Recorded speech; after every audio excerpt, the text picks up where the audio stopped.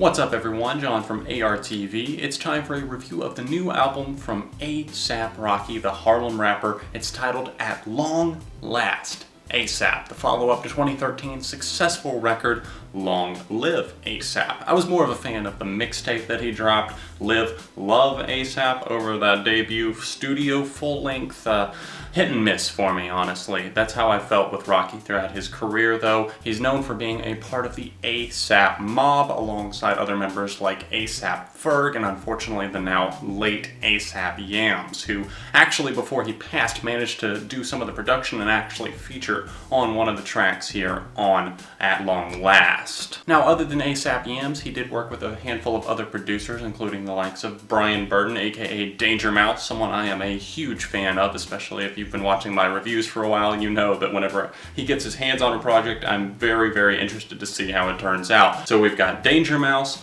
Juicy J, Rolling of the Eyes if you happen to miss that, Hector Delgado, several others, obviously A$AP Rocky himself producing some of these tracks under the name Lord Flacco. That's his production name, the pseudonym that he goes by. Rocky is arguably seeing the most success out of anyone in that hip-hop collective with his debut studio album Long Live A$AP debuting at #1 and managing to go gold, selling over 500,000 copies here in the US alone. He's definitely kind of strayed away from some of those more up-tempo stylings that were found on a handful of the songs there on the last album, and has seemingly retreated to kind of a quiet corner to like sit, think, and kind of muse, think aloud about all of these things that he's feeling, what's going through his head. And to really say that this album is dreary, well, that's not exactly how I would necessarily sum it up, although that is definitely something that could be said about it. There's moments like the interlude Dreams and the spaced out trip LSD that has Rocky owning this style, and just more importantly, making me interested in what he has to say. But so much of this album just gets bogged down with these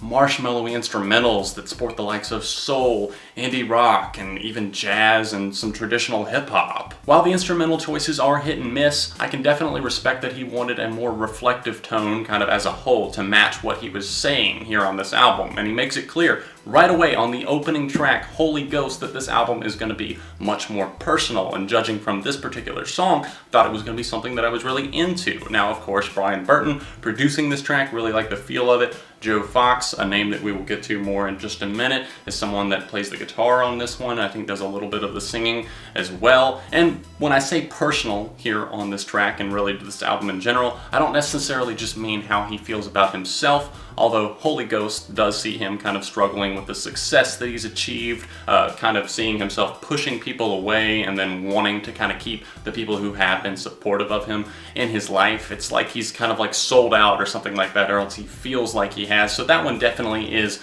decidedly darker in its nature, but I'm not saying that it's all necessarily personal in terms of how he's thinking about himself. I think he sees the bigger issues at hand, and he makes that very clear, talking about police brutality, the loss of some loved ones, and of course, some more personal stylings as well. The topics kind of come and go and change up throughout the album's 18 tracks, and I know, right, when I say album's 18 tracks, you're thinking, whoa, that is a lot of songs, John. Well, that's exactly what I thought whenever I first saw the track listing here. I was thinking to myself, yikes, and this album is actually, honestly, very hard to sit through in one listening, at least for me. I find myself kind of dozing off, staring into space, thinking about other things, and wishing I could kind of take a break from listening to the album, and not to necessarily take a stab at Rocky here, not to knock his abilities, because he has some genuinely entertaining moments here on this LP, such as the Lil Wayne assisted M's, and the emotionally in check track Max B, which features that Joe Fox character that we'll get to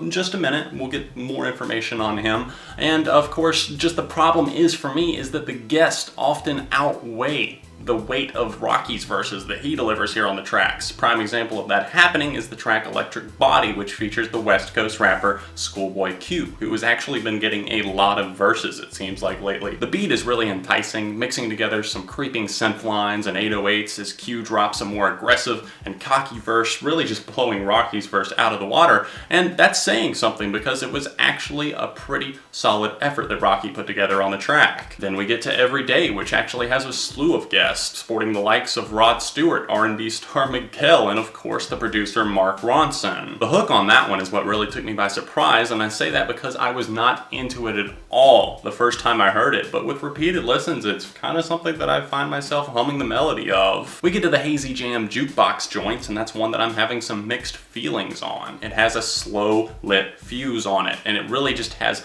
the first few minutes dragging its feet, and I'm thinking, are we ever gonna get to it? What are we building up to here? And finally the beat changes up a little bit, things get more jazzy, and I think things get a little bit more interesting from Rocky's point of view. He does something there to kind of mix things up, and then Kanye comes in and drops a very uneven verse. He kind of went all over the place, just kind of spewing words out of his mouth, and I don't think it really fit together all that well with the style of music that the instrumental was presenting to us. Now I want to talk about that guest that I've been mentioning several times, Joe Fox, because there's actually an interesting story behind him. Now if you're like me, you were thinking whenever you saw the track listing, who the hell is Joe Fox? Why the hell is he featured on this album a startling 5 times? Well, it's actually a homeless guy that A$AP Rocky met in the streets of London. He was playing guitar, Fox that is, trying to earn some money I suppose, and asked if he could play for Rocky,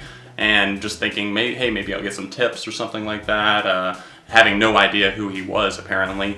Rocky loved it, told him who he was, and basically they got into the studio together, I believe, that same night. So talk about a life-changing event. The first track that they recorded together was Max B, which is definitely one of the more powerful tracks on this record. I would argue that, along with JD, kind of being some more of the aggressive, not in terms of necessarily their intensity, but in terms of the emotional and lyrical weight that they pack behind them. So it was really cool to kind of find out the story behind that with Joe Fox and everything. But I have to say that some of these tracks that he's on, it just doesn't necessarily feel like he really has to be there. He doesn't bring that much to the table. I will say that Pharsyde and Holy Ghost seem much more fitting to his actual style that he plays in terms of his guitar, some of the vocals he laid down here for this track, and with Danger Mouse producing, I can't help but feel like the sound is that of Broken Bells meets some hip-hop. Well, actually that's pretty much exactly what it is. Now on Pharsyde, Rocky once again references the LSD, the acronym, of course referring to the drug as well. The dude loves LSD. He had a great orgy at South by Southwest, apparently, sleeping with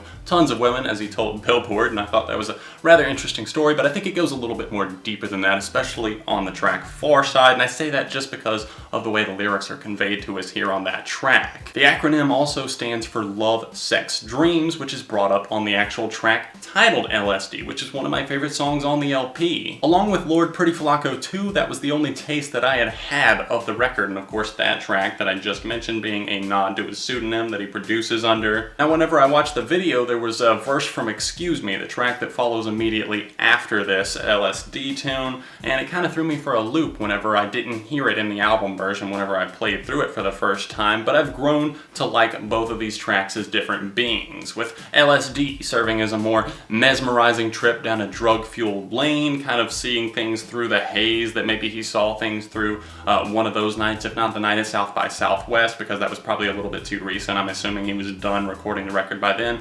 probably a time in the past. And then of course Excuse Me, kind of amping up the energy a bit and presenting to us one of the most vivid and memorable choruses on the entire album. I think that there's definitely a lack in balance here on this album. It feels a little bit bloated to me, coming in at like 68 minutes long, but hey, this is all just my opinion. I enjoyed a good chunk of these songs, but I do think it's one of those albums where I'm going to kind of cherry pick some of the songs off, throw them in my various playlists, and then kind of scrap the rest of it. For me personally, at long last, A$AP was a little bit disappointing, and I'm feeling a 3 out of 5 overall on this one. At long last, A$AP. Let me know your thoughts on it in the comments section down below. I'm curious to know what everyone else is thinking of this one. Make sure to hit the like button while you're down there. Maybe subscribe to the channel, because friends don't let friends go unsubscribed. I've got a new series premiering next week on Beyond ARTV with a different host, someone that's not me, so get excited for that. Do you know who it is? Any guesses? Any guesses? It's not